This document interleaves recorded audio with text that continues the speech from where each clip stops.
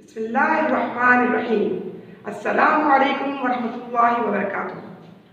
Welcome to our physics class, and this is our lecture number 6. Yes, students, hope you all are enjoying your studies at home. But tell me one thing, girls, are you sure that all of you are doing errorless work?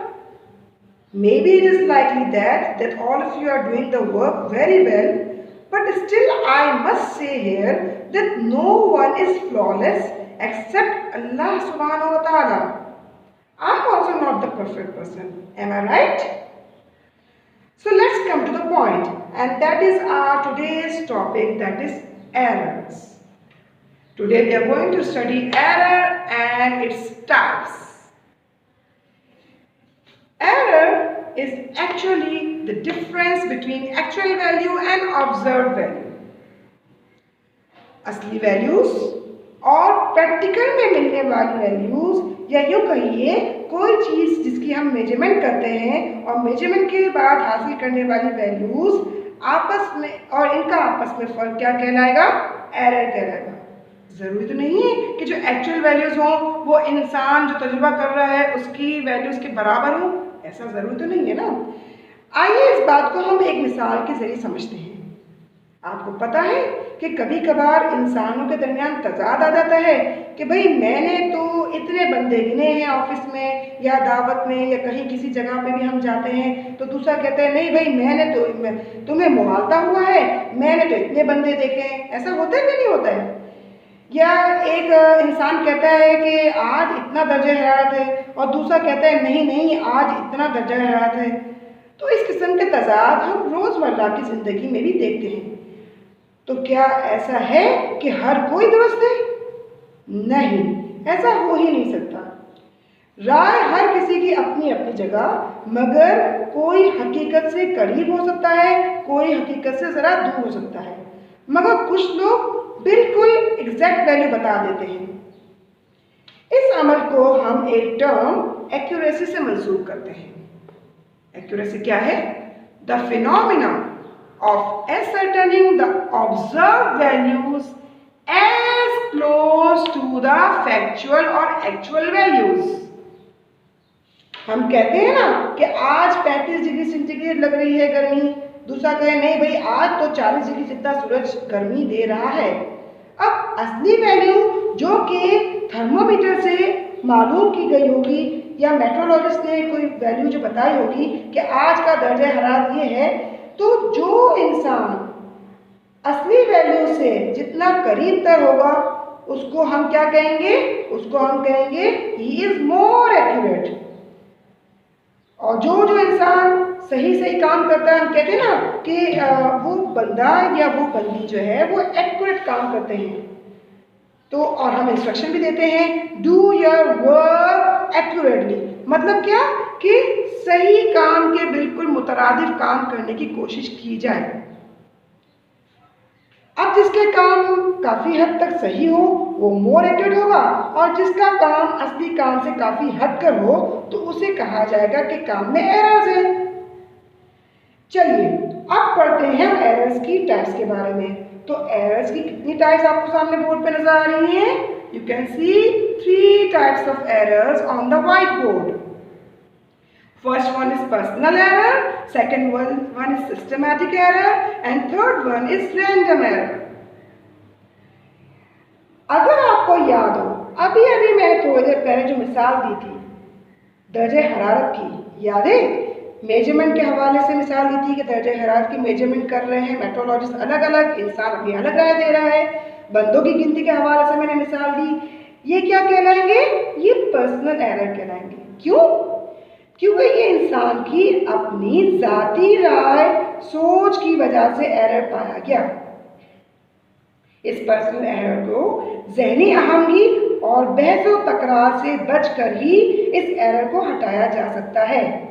We can say that this type of error can be removed by avoiding the biasness. Now let's discuss the second kind of error, and it is called the systematic error. The other name of this systematic error is instrumental error. जैसा कि नाम से वाज़ेह हो रहा है, this error arises due to the fault in the measuring instrument. Like here I will practically show you zero error in the two instruments. You can see here. This is called the screw gauge. You are going to study more about this instrument in your next chapter inshallah, and in practical as well. This is called the vernier caliper.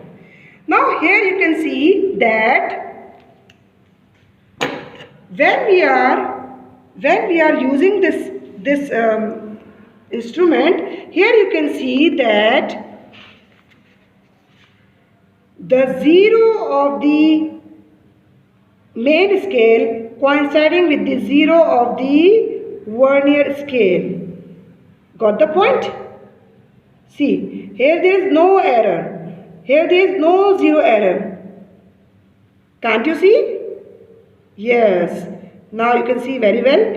That is, the zero of the main scale is coinciding with the zero of the vernier scale. Now, if we talk about this instrument, this is called the screw gauge. Here you can see when we are closing it and when we are turning the screw gauge stud. So we can see here that the zero of the circular scale is not coinciding the reference line. Here you can see the reference line. See, I will tell you more clearly. Yes.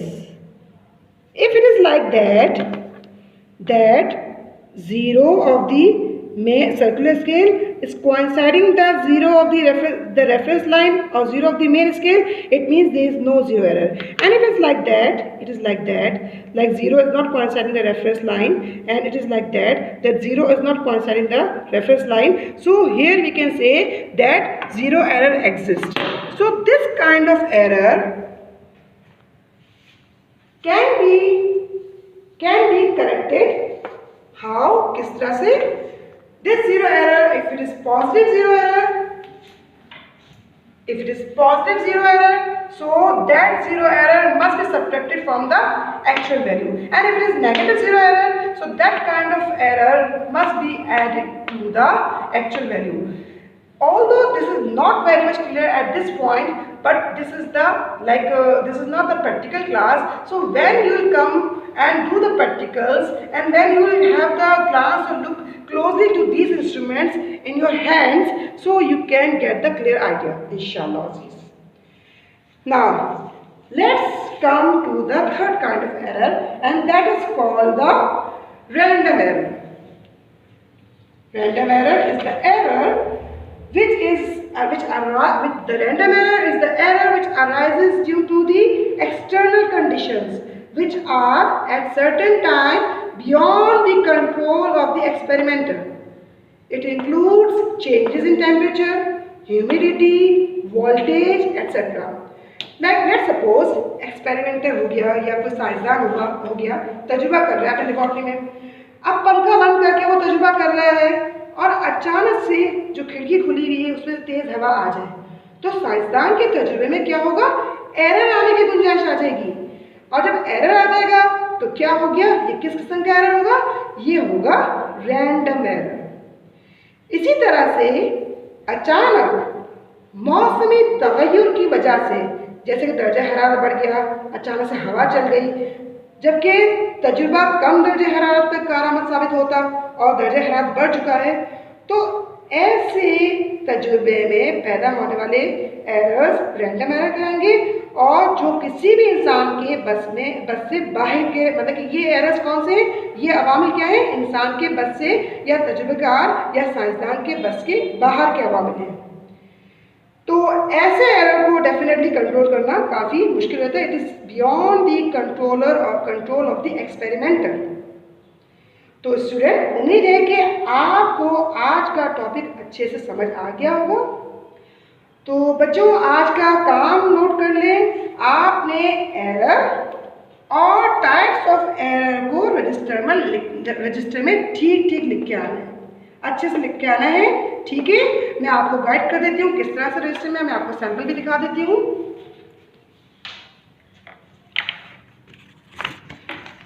Error की definition आप अपने rough registers के अंदर note कर लें ताकि आप उसको फेयर कर सकें। ये आप एरर की डेफिनेशन आपको बुक में नहीं मिलेगी, आप वाइट बोर्ड से देख सकते हैं। यकीन तौर पर आपने वाइट बोर्ड से नोट भी कर ली होगी। और जब हम बात करते हैं एक्यूरेसी की डेफिनेशन की, वो भी बोर्ड पे नज़र आ रही है। और टाइप्स ऑफ एरर आपको यहाँ पे नज़र आ रहे हैं। पर्सनल एरर, आप हेडिंग डालेंगे और इसके बाद क्या करेंगे, इसके बारे में लिखने के बाद यहाँ पे आप यहाँ से लेके यहाँ तक इस डेफिनेशन लिखने के बाद आप यहाँ पे रिमूवल ऑफ एरर की हेडिंग डाल के यहाँ से यहाँ तक लिखेंगे कि पर्सनल एरर को रिमूव कैसे किया जा सकता है। This type of error can be remove by avoiding the bias. और फिर इसके बाद आप सिस्टमेटिक एरर की हेडिंग डाल के इसकी डेफिनेशन लिखेंगे। यहाँ से लेके इसकी डेफिनेशन हो गई, this type of error arises due to the fault in the measuring instrument, this is called the zero error of the instrument, this error can be overcome by adopting the relevant zero error collection. ये क्या हो गया, this error can be overcome by adopting the relevant zero error collection. ये क्या हो गया, how we can remove the systematic error. और फिर इसका रैंडम एरर इस तरह से लिख लेंगे आप यहाँ से लेके यहाँ तक। और ये beyond the control of the experimenter है, लिहाजा इसको कंट्रोल करना या रिमूव करना आसान नहीं, ठीक है ना। अच्छा, इसके अलावा मैं आपको उसका जो प्रैक्टिकली काम किया हुआ है वो भी बता देती हूँ। देख लीजिएगा यहाँ पे इस तरीके से आपने क्वेश्चन डालना है, define error, write down its types, ठीक है ना। आपने एरर की डेफिनेशन लिखनी है, the difference between the measured value and actual value is called error. फिर टाइप्स ऑफ एरर डाल के आपने इसकी लिस्टिंग करनी है। फिर वन बाय वन आपने एक एक एरर के बारे में लिखकर उसकी रिमूवल ऑफ एरर की हेडिंग डाल के, जिस तरह से मैंने आपको काम में गाइड किया वैसे आपने अपना काम नोट कर लेना है रजिस्टर्स के अंदर।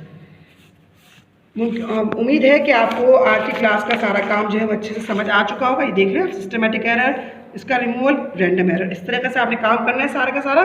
और ये जो आपके पास जो इसमें आपके पास रिमूवल कैसा है, this error can be minimise by maintaining certain conditions in the laboratory. ये पॉइंट आपको ऐड करना पड़ेगा और ये इसमें मौजूद है यहाँ पे कि ये एरर जो है आप किस तरह से कर सकते हैं। आप लेबोरेटरी में कुछ कंडीशंस को मेंटेन कर लें, जैसे कि मैंने तेज़ हवा की मिसाल दी, आप खिड़कियाँ बंद कर लें, वेंटिलेटर्स बंद कर लें, तो ठंडी हवा या कोई भी हवा तेज़ चलेगी वो एक्सपेरिमेंट को डिस्टर्ब नहीं करेगी।